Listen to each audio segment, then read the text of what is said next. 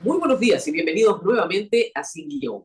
Hoy vamos a hablar, por supuesto, de la salida del ministro Santibáñez, de su probable sucesor, también de una marcha muy importante el día viernes de protesta y, por supuesto, el Estado como agencia de empleos.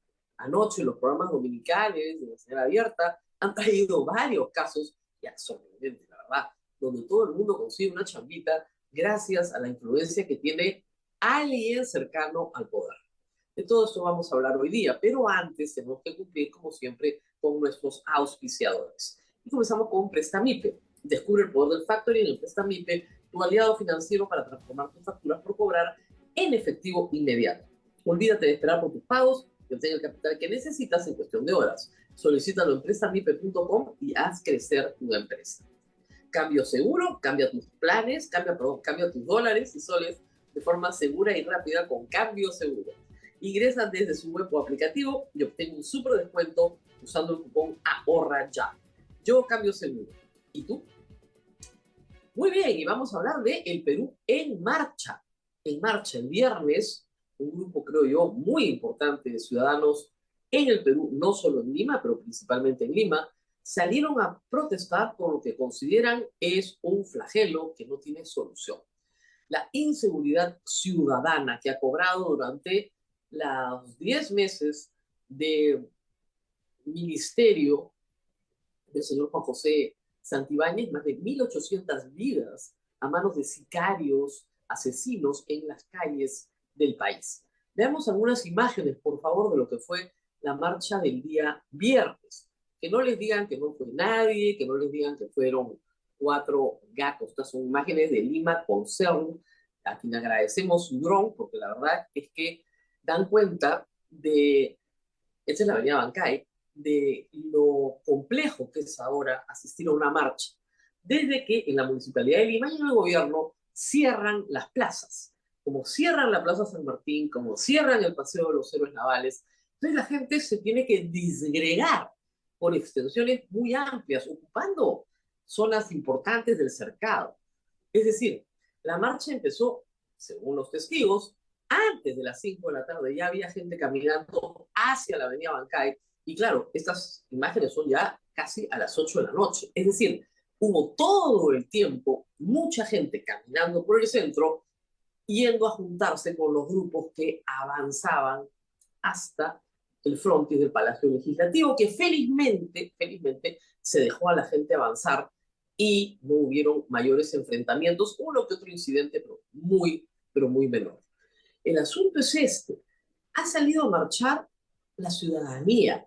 Por supuesto estaban todos los artistas y por supuesto estaba gente de izquierda o gente que tiene posición política, pero sobre todo salir a marchar es un acto político porque te defiendes de lo que se considera hoy un atropello del delincuente y un atropello de la autoridad que no te garantiza tu seguridad. Los ciudadanos le entregamos el monopolio de la violencia al Estado. Yo no puedo, ¿no es cierto?, comprarme armas, formar un ejército y defenderme de una agresión. No puedo, porque en un Estado de Derecho no hay justicia con mano propia. Yo le entrego al Estado ese derecho mío, se lo doy para que me cuide. ¿Qué pasa cuando el Estado no honra esa obligación constitucional? Pues tenemos que protestar porque tiene que cambiar. La salida del ministro es un acto de reivindicación para toda la gente que ha fallecido en estos meses, frente a los cuales no se ha hecho nada o muy poco.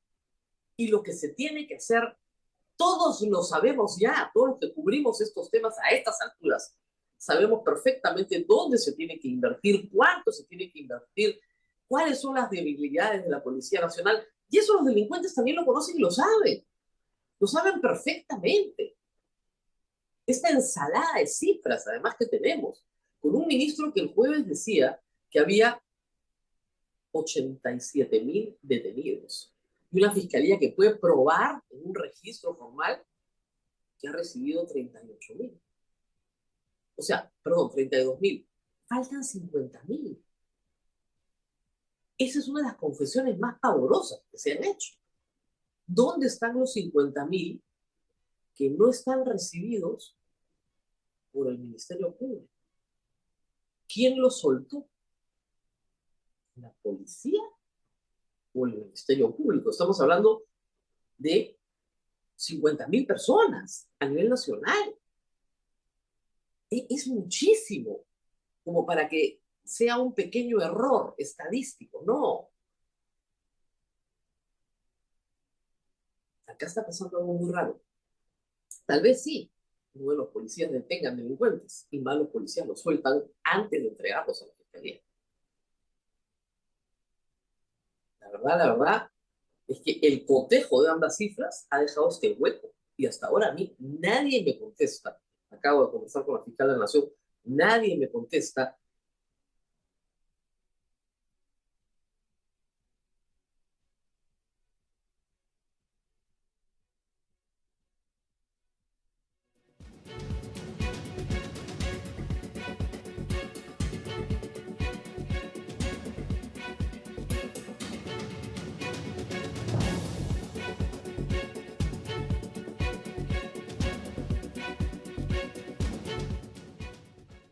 La imagen se nos congeló de la cólera, creo que tenemos todo por lo que está pasando en el Perú.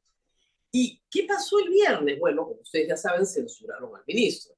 Lo interesante de la censura no son los 78 votos que lo censuraron, sino más bien los 52 que no lo censuraron. Estamos hablando acá de varios casos, ¿no? Los que se abstuvieron, los que votaron en contra y los que simplemente no se aparecieron por el Congreso, ni remotamente para votar. ¿Ah? Y todos esos suman 52. O, perdón, sí, 52, que es un número bien agradable para la señora presidenta, porque es bien difícil que haya vacancia, ¿no? Si tienes 52 en este extremo que te están sosteniendo. Los votos del fujimorismo fueron claves. 19 votos fueron los que lograron los 78 a favor. Si ellos no votaban a favor, no había censura. El fujimorismo sistemáticamente está aprobado en todas las votaciones importantes, apoya a Dina Boluarte. Esta vez no pudo más, pero ni con triquiñuelas. Y trataron por todos los medios de que no hubiera marcha. Se ha revelado durante el fin de semana que fue el asesor de Patricia Juárez el que organizó con Patricia Juárez una reunión en la Dilincli, digamos, para que los artistas no hagan cola, para que no esperen. Pero que esta reunión parece ser que implícitamente requería que no se proteste, ¿no? Felizmente los artistas se dieron cuenta de la trampa y recularon y participaron en la marcha. ¿Qué más tenemos, por favor, respecto a estas noticias del fin de semana? Bueno, la señora presidenta, luego de que se censurara a el señor Santibáñez, salió a despedirlo, a agradecerle, a defenderlo y a decir que va a poner otro igualito que él, uno tan valiente como él. Madre mía. Hay que decir que Santibáñez hizo todo lo que pudo, ¿eh? No solamente la ayudita que le dio Patricia Juárez, también lo siguiente, se reunió con congresistas todos los días anteriores, ¿no es cierto? Con varios grupos de congresistas, y eso se ha reflejado en la votación. El bloque magisterial, APP, de todos lados. Hizo su trabajo de lobby, ¿eh? Pero no se salvó.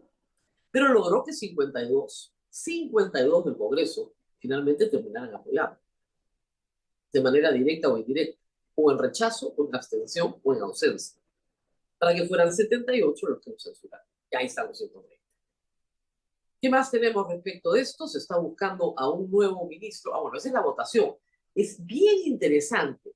Ahí les dejo el cuadro de Martín Hidalgo para que lo analicen. Los celestes son los de APP. Los rojos son los de Perú Libre. Claro. Y el bloque magisterial, los rosaditos. ¿Ok? También tenemos un grupo importante de Somos Perú y la bancada Honor y Democracia, por supuesto. El señor Montoya nos dejó una frase célebre, una expresión célebre, un merinazo. Inventó esto. Estaba aterrado de la marcha, porque íbamos a tener un Inti y un Brian. Se ha burlado hasta de los muertos. El tema es este. Si la policía no le dispara a la gente, no se muere nadie. ¿Ya? A ver si entienden en el Congreso. Los muertos que tenemos en el Perú están muertos por balas del Ejército o de la Policía Nacional, no de los manifestantes. Los que se manifiestan no han matado a nadie. ¿Eh? Si la policía no le dispara al cuerpo a la gente, si no le tira un gas lacrimógeno al pecho o a la cabeza a la gente, entonces no tiene muertos. Pues. Es bien sencillo. Y manifestarse es una tarea muy importante, porque cuando un pueblo está harto, hasta por sentido común, el gobernante tiene que permitir que ese pueblo se desfogue, que ese pueblo vote a través de la protesta lo que tiene adentro, porque está harto, pues, con toda razón, pero con toda razón, además. ¿Qué más tenemos, por favor, que informarles? Los candidatos, bueno, agárrense. Han habido varias especulaciones este fin de semana penosas, ¿no? Una, que Juan Santibáñez regresaba al gabinete en otro puesto y que ponían a Morgan Quero o al ministro de Justicia como ministro del Interior. Otra especulación, les están pidiendo un cambio, que aprovechen y que pongan un cambio de gabinete, haciendo un gabinete más militar. La historia la cuenta Ángel Páez hoy en la República. Otra especulación también sobre la mesa. Un gabinete mucho más militarizado, con un presidente del Consejo de Ministros militar, un ministro de Defensa militar, tal vez un ministro del Interior militar. ¿Para qué? Para tener una, digamos, posición simbólica de más poder y más apoyo al gobierno de Dina Boluarte y sostenerla hasta el final.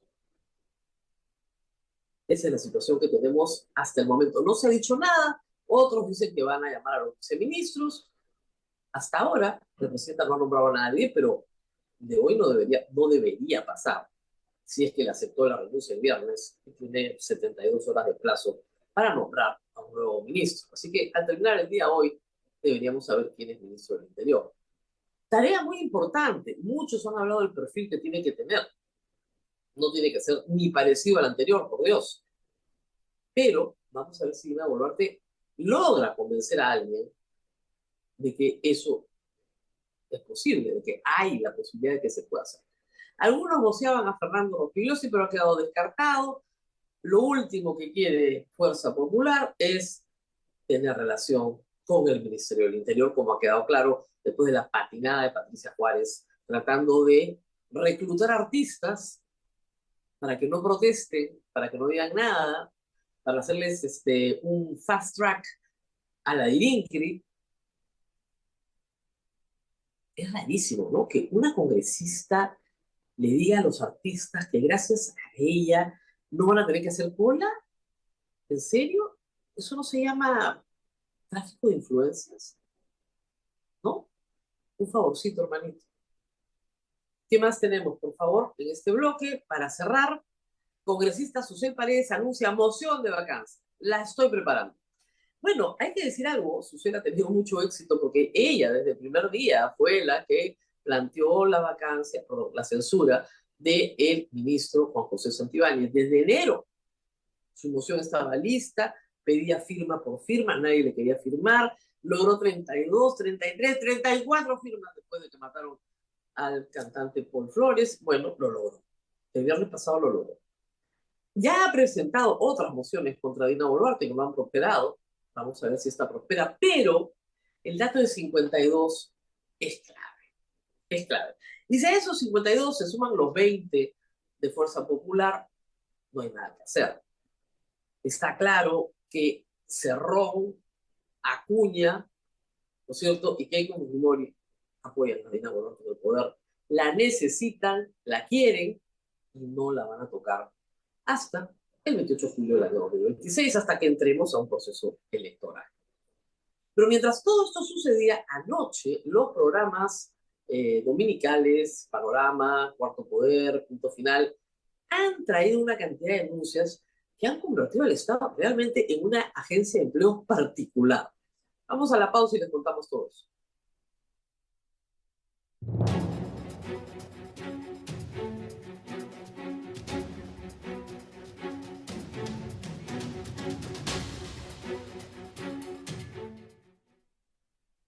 Bueno, como les les decía ayer, los 3 programas del domingo han tenido bastantes novedades. En lo que se refiere al aprovechamiento del cargo para fines particulares o la agencia de empleos que es el Estado peruano para algunos.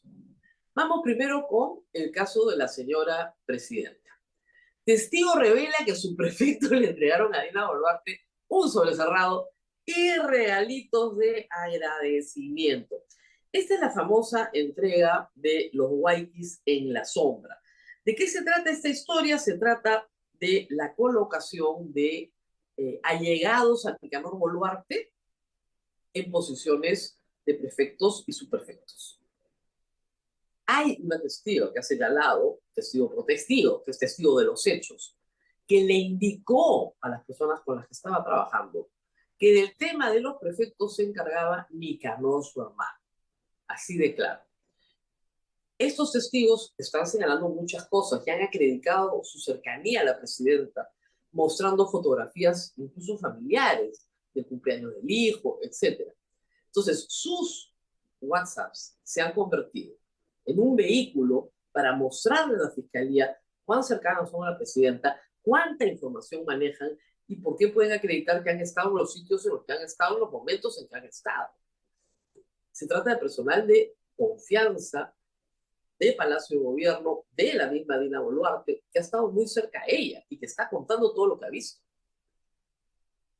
Y luego viene, por supuesto, el tema de las cirugías. Ayer hemos tenido más noticias. El cirujano estuvo presente varias veces en la residencia presidencial. No consta por ninguna parte que haya ingresado. Claro, la visita de su médico, ¿no? Pero siempre se nota, ¿no? No consta en ninguna parte. Y lo más interesante de esta historia, contado ayer también en Panorama, es lo siguiente, y agárrense bien porque esto es bien complicado. La señora presidenta, ¿ok? Bueno, esto lo elijo un ratito, lo elijo, vamos, primero quedémonos con el doctor. A ver, la señora presidenta quería operarse la nariz y quería que la EPS le cubriera la operación.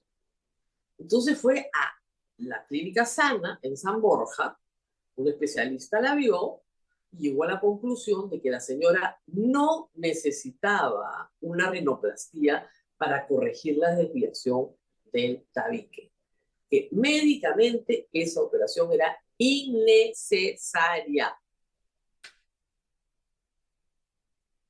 Eso desbarata por completo la tesis de Dina Boluarte parada frente a todo el Perú. Me he hecho una operación por razones médicas, ninguna razón médica. Tanto que su EPS no se le iba a cubrir. ¿Saben por qué? Porque las EPS, los seguros, no cubren operaciones estéticas, pues. No puedes pasar como estético una supuesta rinoplastia, porque no hay rinoplastia pues, de por medio. Al revés sí se puede. Te rompes la nariz, te la arreglan, ¿okay? En un accidente, y ese arreglo sí te lo pueden cubrir por el seguro, porque ese tipo de cirugía de plástica reconstructiva después de un accidente se está cubierto. No la que te haces voluntariamente porque te quieres ver más bonita. ¿Ok? Entonces le dijeron que no. ¿Qué hizo la señora presidenta? Le pidió a su amiga y asesora, Patricia Muriano, que le buscara un médico cirujano plástico que estuviera dispuesto a hacerlo. Y a Patricia Muriano se le ocurrió que por qué no llamar al médico que había operado a Magali Medina.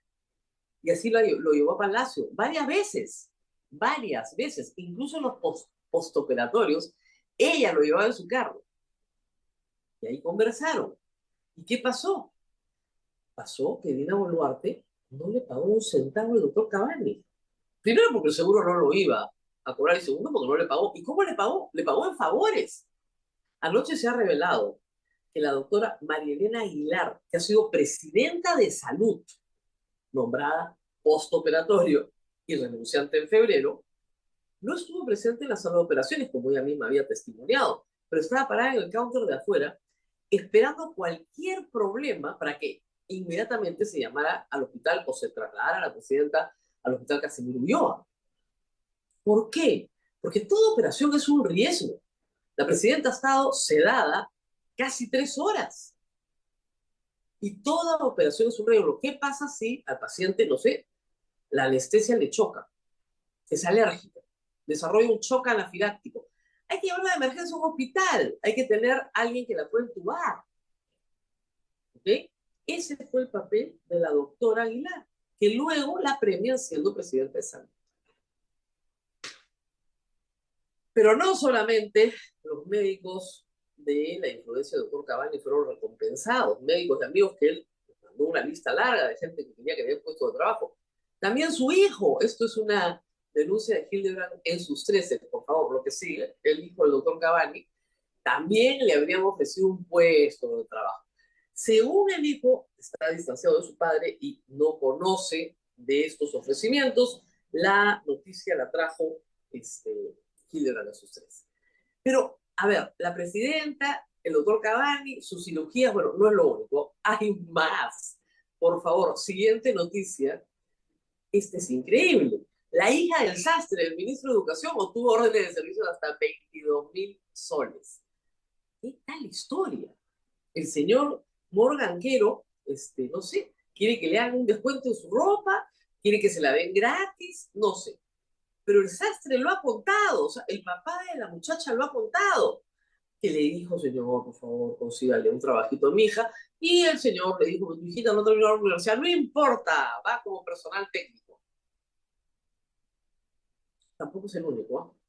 La siguiente también, esta sí creo que es de Cuarto Poder también, el sobrino de Ina Boluarte, ya hasta el sobrino, el señor Ugarte Boluarte, José David Ugarte Boluarte, tenía su ONG, muy bien, y a sus amigos, a sus socios fundadores de la ONG, les consiguió trabajo él en el Ministerio de Cultura. Yo sé que muchos de ustedes me dirán, oiga, esto siempre ha pasado. Sí, es verdad, siempre ha pasado. Pero ¿qué no debe pasar? A ver, el Estado no es una agencia de empleo. Se supone que al Estado debería llegar una burocracia profesional, gente que se ha formado para hacer la tarea que el Estado le va a encomendar o que tiene experiencia en esa tarea. Normalmente se convoca concursos. Una vez que entras al concurso, se te nombra. A veces hay cargos tan especializados que es imposible que se pase un concurso. Eso de andar metiendo gente, como en la época en la que un partido político ganaba las elecciones y metía a toda la militancia, esas épocas se acabaron. Una de las pocas cosas buenas de no tener partidos políticos a la antigua es esa. Yo conocí un congresista hace muchos años, que repartía unas tarjetazas que se llamaban tarjetazo, para que todos sus paisanos fueran a pedir trabajo a la administración pública en su nombre. Y él creía que ese era su trabajo. Él creía que esa era su obligación. Él creía que eso era algo que él tenía que hacer. Bueno, hoy por hoy los ministros creen lo mismo, la presidenta cree lo mismo, y los médicos de la presidenta también creen lo mismo. No, ¿ok? Parece que en todos estos casos tenemos algunos problemitas de tráfico de influencias. En fin, vamos a parar acá, pero tenemos una entrevista. Vamos a hablar de este momento político. ¿Qué está pasando con la democracia peruana? ¿Tenemos o no tenemos una democracia? ¿Dina Boluarte se queda o se va? ¿Quién será ministro del Interior? Todo eso en unos segundos. No se muevan, viene Paula Tabla.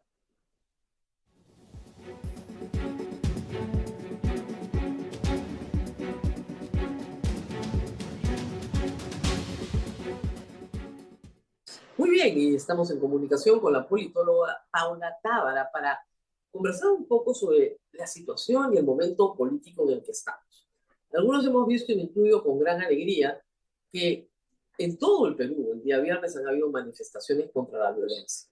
El hecho de que la gente se exprese contra aquello que les ha arrebatado, para empezar la vida, la salud, la propiedad, y que se organice para hacerlo es una muy buena noticia para la salud democrática de un país, porque significa que hay capacidad de indignarse, que hay capacidad de movilización, que nos hacemos presentes para expresar lo que realmente nos disgusta de una manera pacífica y ordenada.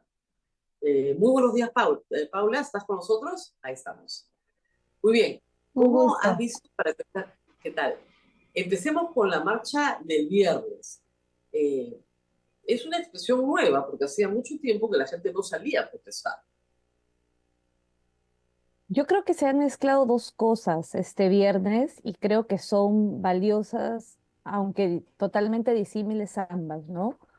Creo que es efectivamente una excelente noticia que vuelva a haber manifestaciones grandes. Omar Coronel, que es especialista en el tema de movimiento social, de movilizaciones, calculaba unas 15.000 personas, porque para esto también hay, digamos, metodologías que nos permiten tener un abordaje más o menos cuánto. La gente en la calle no es tan fácil de contabilizar.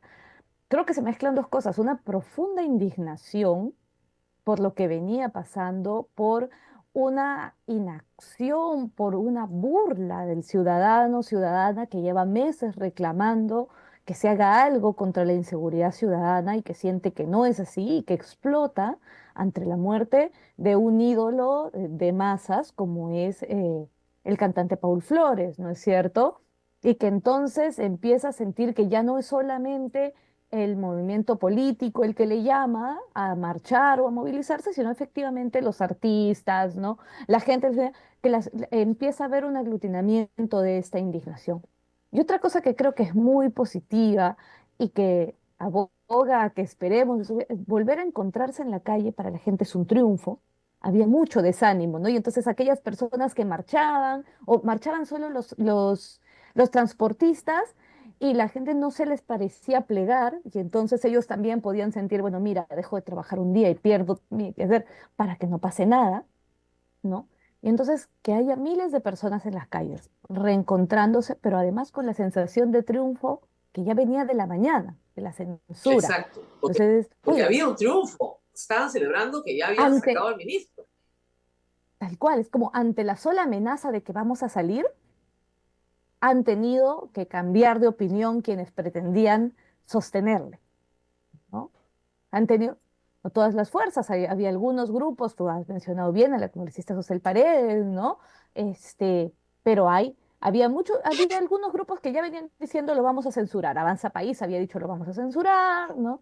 Pero había otros que tenían o el silencio absoluto o la vocación de defensa. Y la sola amenaza de la gente va a salir. Y fuimos viendo cómo crecía la ola de, oye, va a salir, y no solo va a salir en Lima, van a salir en las regiones y van a salir con las orquestas, hace que cambie, yo creo, lo que podría haber sido un resultado mucho más desalentador. Y entonces, Lo que si prueba se es que nuevamente pretendía en el con eso Perú, apagar, perdóname, si se no, pretendía con eso apagar la movilización, más bien la sensación de triunfo lleva aún más a la gente a la calle con estos otros siguientes reclamos más grandes, ¿no? claro, lo que pasa acá es que se ha demostrado que la protesta sí tiene un efecto. Y eso es muy valioso para poder recuperar derechos constitucionales que nos están siendo arrebatados. O sea, si la gente sabe que protestando puede conseguir un cambio, pues va a seguir protestando. Eso es Es inevitable. Ya, aun cuando totalmente. la protesta ha sido estigmatizada y perseguida desde el poder, porque obviamente le incomoda que protesten contra el poder, ¿no? Y tenemos el problema de los muertos, que está muy vivo todavía, y el temor a que algo te pueda pasar cuando sales a protestar está muy vivo entre la gente, pero claro, más miedo le tienes al delincuente y al sicario que también te va a matar cuando tomas un colectivo. Entonces sí, o sea, hay miedo de los dos lados. Eh, ¿Qué momento político estamos viviendo tan complicado, ¿no? Porque la posición de Dina Boluarte en algunos momentos está siendo más aislada, pero en otros sigue recibiendo el respaldo del Congreso de sus aliados en el Congreso. ¿Cómo ves su posición en este momento? Yo creo, y lo decía en una columna hace algunos días, que estamos avanzando aún más hacia un momento autoritario.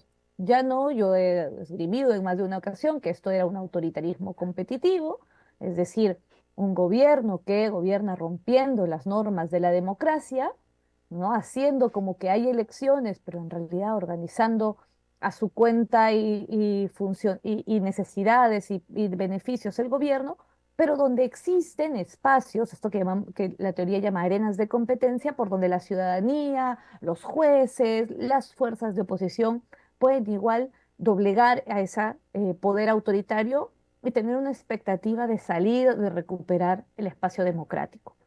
Si bien hemos empezado diciendo que la movilización del día viernes es muy positiva, ¿no? Y genera mucha esperanza, esto no cambia que en otros aspectos las arenas estas de competencia, estos espacios por donde podemos intentar eh, recuperar el talante democrático del país, siguen siendo cada vez más cerrados.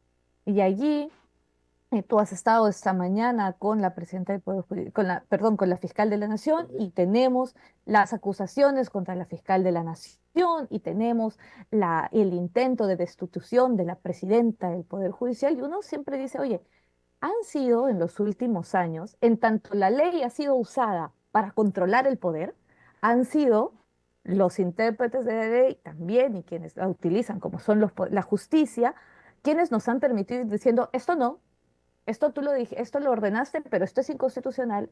Vamos a hacer las cosas de otra forma. Hasta aquí no puedes llegar. Repongo a esta persona. Eso, esa entrada de la arena de la justicia, defendiendo a la ciudadanía de este intento de autoritarismo, se va cerrando, cerrando, cerrando, cerrando, cerrando, ¿no? Esperemos que no, Lo porque, a mismo. ver, hasta Trump lo tiene que soportar. Es decir, cuando tú tienes un sistema de contrapesos, el sistema de justicia se vuelve un contrapeso vital para la democracia, porque es el único que es la última línea de defensa de un derecho constitucional, es el sistema de justicia. Y hasta ahora, el Y es sistema de donde no hay justicia... actores políticos, donde no debería haber actores con intereses políticos partidarios, electoralistas, digamos, ¿no? Por eso es quien nos puede defender en un marco más objetivo, de alguna manera. Pero el Poder Judicial, que tiene un millón de problemas, que también está atravesado por corrupción, que es fruto de muchas limitaciones materiales, etcétera, es en este momento esa línea de defensa. Si cae el Poder Judicial, ya no hay nada más. No hay Tribunal Constitucional, no hay Defensoría, no hay Contraloría, no hay equilibrio legislativo-ejecutivo, no hay nada. Ahí sí Y pasamos completamente recordando, a un sistema autoritario. y recordando que ya hoy en día está muy cuestionada la elección de la actual Junta Nacional de Justicia, que es la que tiene en las manos la destitución de la presidenta del Poder Judicial, recordando que el defensor del pueblo es un actor miembro que fue hasta poco antes asesor de un partido político, parte de la coalición del gobierno, ¿no es cierto? Recordando que hay un proyecto de ley para incrementar el número de miembros del Tribunal Constitucional para poder volver a poner la balanza a su favor siempre, porque creo que había una intención, una sensación de que la podrían controlar y finalmente lo que nos ha mostrado el Tribunal Constitucional es que está teniendo momentos en los que toma decisiones Algunos más acordes con momentos lo en que los cuales no le da la correspondería. razón al pacto, pero pocos, ¿ah? Claro, pocos. Pero en Sí, general le da la razón pocos. al pacto de gobierno, En lo absolutamente. general, pero como ha tenido estos pocas excepciones, entonces ya no basta. Entonces queremos más miembros para controlarlo del todo, para que no haya ni las excepciones, ¿no?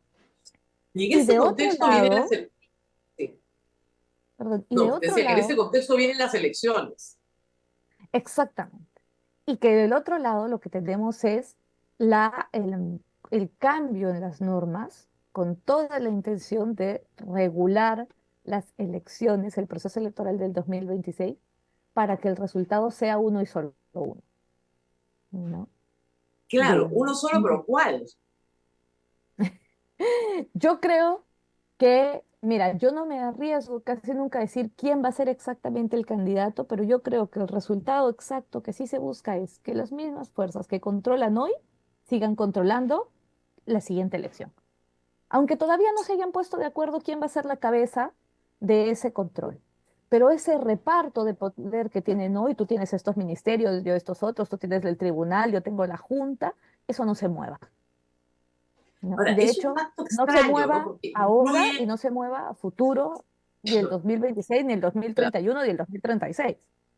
claro. Ahora, el corazón de ese pacto es Fuerza Popular, APP y Cerrón, Perú Libre, por la izquierda. Ese es el pacto, digamos, sólido, sumado a los Luna, cuando les provoca, ¿no? A veces sí, a veces no. Y también sumado a Rafael López Aliaga cuando no se declara en rebeldía. Pero digamos que, como en el caso de Santibáñez, Renovación votó por la censura, porque bueno, ya no les quedaba otra tampoco, pero están ahí también muy cerca al pacto de poder. Este pacto de poder no es ideológico, es una de las cosas más raras que hemos visto en el Perú, ¿verdad? No se dividen en izquierda-derecha. Yo creo que la ideología es la impunidad en este punto, ¿no? Es el Claro, cuoteo. el partido pro impunidad de nosotros mismos. Claro, ¿Dónde se ha visto que pero un prófugo defienda al ministro que debería haberle capturado? Estamos hablando claramente de un pacto en el que lo que se busca es ya no solamente cuánto me beneficio del poder, sino todos tenemos, todos ellos tienen carpetas fiscales, búsquedas anticuchos que diríamos en términos coloquiales, y se trata de quedarnos en el poder, pero además no solamente porque queramos seguir beneficiándonos de él en términos económicos, no, sino para seguirnos beneficiando de que estar en el poder nos da libertad. ahora, ¿qué Que si posibilidad hay no, que este pacto se constituya en una Nicaragua o en una Venezuela? ¿Eso es viable? lo que pasa es que hay que entender que hoy en día ya no todas los procesos electorales o los autoritarismos se configuran de la misma manera, ¿no? Ah, Ni el Perú está en las mismas condiciones que una Nicaragua o una Venezuela. Entonces, creo que llegar a al punto en el que las elecciones sean tan falsas como en Nicaragua o Venezuela es posible, tristemente lo creo, ¿ya? Creo que vamos a seguir teniendo intentos de mostrar oposición, pero que lo que consideraban seguramente los miembros de este pacto principal oposición, como podía ser Martín Vizcarra, como podía ser quizás en su imaginario Francisco Sagasti, como podría ser un Salvador del Solar. Estoy pensando en lo que ellos pueden ver como cucos posibles, ¿no? Que no significa que luego uno haga un análisis y sea que necesariamente sí o sí les iban a vencer, pero lo que han hecho es ir inhabilitando a estas personas. Y tienen otra larga lista de actores políticos que aún quieren inhabilitar para evitar que haya competencia. ¿Qué es lo que hizo el señor Ortega para que no haya competencia? Apresar a su opositor. ¿Qué es lo claro. que ha hecho el señor Maduro para que no haya competencia? Perseguir a sus opositores, ¿no es cierto? Entonces, en ese sentido, creo que estamos muy cerca de unas elecciones de mentira, de que esa arena de competencia, que es la posibilidad de ganarles las elecciones, desaparezca porque las normas electorales lo van a... Y porque si no logran, si igual alguien les ganase, han aprobado, por ejemplo, un reconteo de votos que va a permitir hacer crecer el fantasma del fraude si les conviene. Si logran ganar, las elecciones fueron maravillosas, miren, claro, con nuestros funcionarios y nuestras normas. Si no logramos Claro. ganar, no, no ven, había un fraude. Otra vez. Otra Tenemos que cosa, recontarlo hasta que nos dé el resultado que nosotros queremos. exacto, hasta que nos dé resultado, hasta que se incendie todo y hasta que los otros queden totalmente eh, desprestigiados o ¿no? Por eso hay tanto esfuerzo. Además, hay que pensar en la vía de cambiar la norma, pero además en la vía discursiva de denominar caviar a todo el mundo. Creo que una cosa que para quienes hemos sido llamados caviares ha sido una alegría del viernes, ha sido recordar que la gente no les cree. Ni se asusta tanto de los caviares como se asusta de los sicarios de verdad, pues, ¿no? De los extorsionadores. Por eso Entonces, una campaña como Por estos no podría tener éxito en la medida en que el elector identifique su realidad de hoy con las fuerzas políticas que están en el Congreso hoy y no vote por ellas. sí, Si, no, que la si gente vota ni por siquiera ellas, vamos a tener la repetición de lo que hemos vivido. tal cual, y yo temo que, o sea, creo que esta es la oportunidad para volver a hablar de cómo la vida de la gente se toca con las decisiones que se toman en el Congreso, ¿no? Tanto, era mucho más gráfico como, oye, ellos tienen que tomar la decisión de sacar o no a este ministro que no está cumpliendo. Bueno, hay que preguntarnos en muchos más temas quiénes deciden que se libera a los delincuentes o quiénes deciden un cambio en determinadas normas vinculadas a la salud, que es al final una alianza, ¿no? ¿Quién puede sacar a un ministro de educación que no protege a los niños, ¿no? Ni a las niñas, ni su educación, sino que se Ni dedica a siquiera sus defender, maestras. ni siquiera a sus maestros, ¿no es cierto que sí? A un ministro de educación que es todo, me queda a todo menos a la educación. Bueno, allí volvemos sobre hablar de temas de la vida real de las personas. Creo que una cosa que ha sido muy importante es retomar la idea de que todo en nuestra vida está atravesado por la política. La política no ocurre en una esfera y nuestra vida en otra. Todo lo que pasa en nuestra vida está marcado por decisiones de políticas públicas. En nuestro idioma solamente llamamos política, pero tú sabes que en otras lenguas tenemos más de una acepción, pero digamos, de políticas públicas, de políticos que toman decisiones y de lo que nosotros hacemos como colectividad para participar y exigir lo que se hace. Es Quienes curioso que logren quienes logren unir también eso en el discurso político, probablemente tendrán más posibilidades de que la ciudadanía les identifique como cercanos y no como la casta que dicen en otros lugares o la clase política tan desprestigiada, ¿no? Es curioso que los que quieren desprestigiar el término político sean los políticos, ¿no? A mí me ha hecho Sí, mucha gracia. Es que esa marcha es política. Por supuesto que es política. Toda acción de protestas contra un gobierno siempre es política. y hay Tiene que que ser recordar que así. es la misma actitud que tenía Boluarte cuando entró al gobierno y se manifestaban contra allí y decía, esta marcha es política, no me están pidiendo nada. Nada, claro, no te están pidiendo un plato de comida o una obra de agua No, no. potable como tal, pero el reclamo político era, Te señor, están usted no pidiendo nos que te representa, vayas. ¿Cómo váyase, que no me están hágalo. pidiendo nada? Te Le están están pidiendo que pidiendo te vayas. No. Hoy día lo que le están pidiendo es seguridad. Y esa sí, tal ese es, cual. o sea, si le entregamos el monopolio de la violencia al Estado peruano, lo menos que podemos esperar es que el Estado peruano cumpla con su obligación. Yo no me puedo amar, yo no puedo hacer justicia con mano propia, no puedo, Pero a si pesar de lo que dice el señor Bustamante, no puedo. Entonces, el Estado no me tiene puede. que dar el servicio.